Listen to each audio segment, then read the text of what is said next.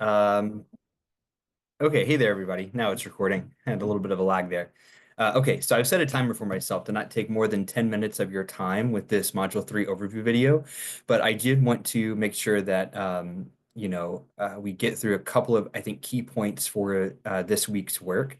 Before we dive in there, I do want to highlight that I received several emails from you about extension requests.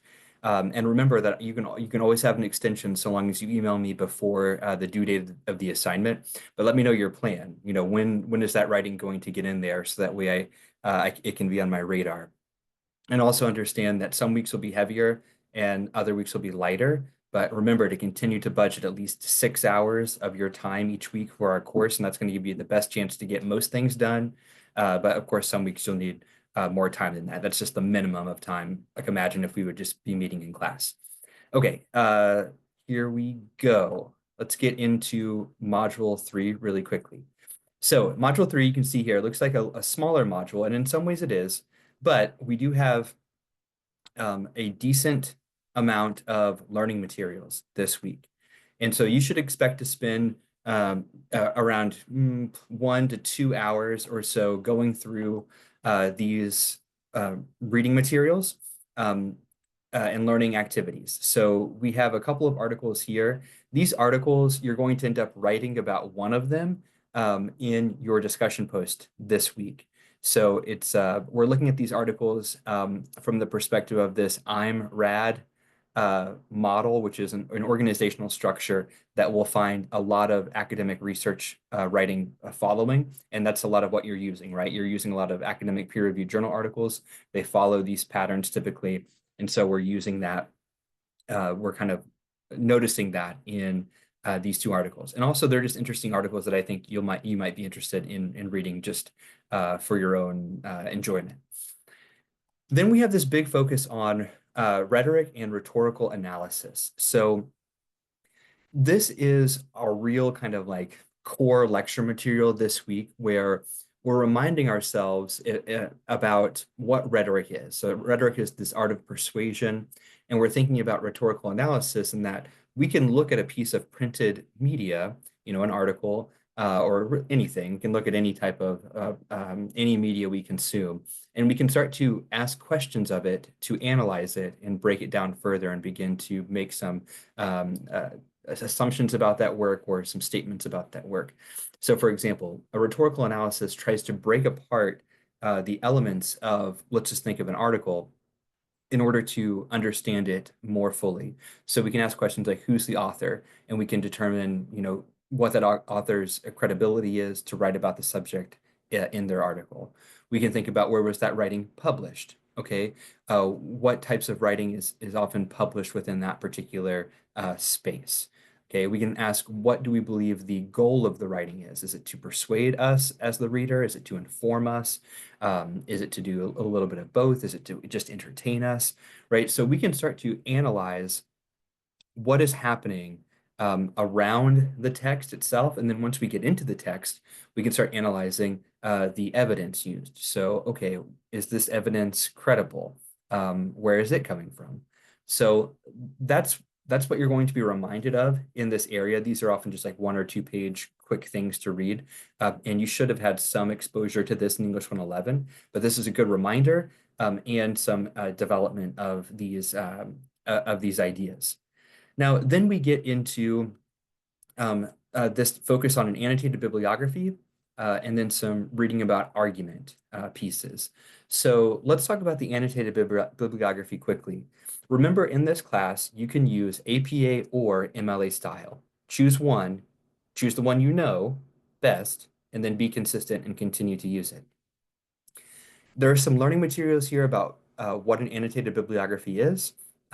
If you've never written one, effectively they're research tools that we use to help put our research in the key parts of our research into one area where we build an annotation for an article we found. And what that means is we'll end up providing the citation information of that article, and then we'll write a couple of paragraphs about it, usually summarizing it and then thinking about and then some assessment of that text. What kind of biases exist within the article? What further questions might we have? What other research do we need to do? Does this article seem like it will be something that might fit a future writing assignment? Things like that. So you'll have a couple of examples here in styles, and you'll also have some work related to that this week. So you'll see here that in the Module 3 writing test, this is due next Monday, you have the part 1 of the annotated bibliography, and it's asking you to use 2 secondary sources that you've found within our databases. So using our Ivy Tech databases through the library to find these sources. And remember, we want to try to find peer-reviewed journal articles as much as possible. It's better if we start there. They don't have to be, you don't have to have later, you're not going to have an essay that's just only academic peer-reviewed journal articles, but they're good places to start. So I would hope that you would have maybe at least one of these 2 for the annotated bibliography as an academic peer-reviewed journal article. Now, we've read about primary, secondary, and tertiary sources. So here again are some examples of secondary sources that we might use for this. Now, my advice, if you're finding things through the databases, most of them are going to be journal articles. Some of them might be conference proceedings, though, and there might be some reviews and things like that.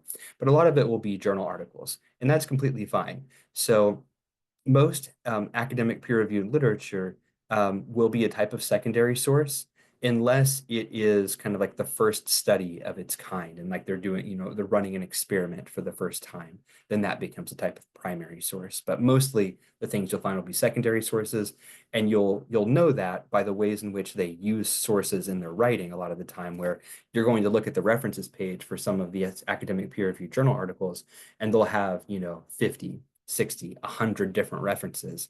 So clearly a secondary resource, secondary source. There are instructions here, and then there are steps to help you work through. And you've already found the sources, right? So you can use sources from your synthesis grid, from your research proposal for this piece. Okay, that's completely fine. All right, and then there's some examples here or some steps that you'll need to follow in order to give yourself the best chance to earn max points for the annotated bibliography piece here. Now, we'll have 2 sources that are due this week, but then the complete annotated bibliography will include 8 total sources. Now, you might be thinking, what, 8 sources? That's wild. Not all of them have to be academic peer-reviewed journal articles. That means they could come from newspaper articles. It could be visual media. It could be other source types. But also remember that all of the work you're doing now will serve you later whenever we start to build a longer essay with these sources. Okay, so you're not spinning your wheels. It's not busy work. It's all work designed to continue to strengthen and investigate the research that you have, so that way you can use it more easily later whenever you write your essay. When it comes to academic writing, it's so much of it is about having sources to work with and then using that to build something new, to write something new. And if we don't understand the material we're working with well, then the product's not going to be that great. I mean, it's the same, we can make a really quick metaphor of like if you're building a house, if you're building like a log cabin and you don't really know much about like the different types of wood and you're just kind of picking things here or there, you might build a house, but maybe it's not a very good house, or maybe only part of it's good and like the ceiling's gonna rot. You know what I mean? Like, so the better you know the material you're working with, the better decisions you can make. And then also the easier it is later to write that essay or to build that house. All right. Now, the other graded assignment this week is this discussion, which is just asking you to, after you've read these 2 articles, you'll end up picking one of them. And you'll fill this out in your discussion. So it's kind of some reading practice and some writing about reading practice this week. Okay, I've been speaking with you for 9 minutes and 40 seconds, so I'm going to stop sharing and just say this. So you've submitted some work. My goal is to always return work to you within 1 week of the assignment due date. So a lot of you submitted things on Monday, but some of you got extensions, and that's not going to come in until today or tomorrow. Just know that my goal is to always return work to you within 7 days. If it's ever longer than that, if I get sick over the weekend whenever I'm trying to grade things or what have you, I'll try to let you know. But generally, you can always expect things within 7 days. So you have a good idea of where you're at in the class, and then you have a chance to ask me questions if you're not sure about, why you got the grade you got. To that end, always look at the rubrics. The rubric is there to try to break down your score for you a little bit more and give you some more information there. Okay, good luck this week. Remember, one step at a time, focus on the learning materials first, and then begin stepping into those graded assignments. All right, let me know if you have any questions, and have a good week.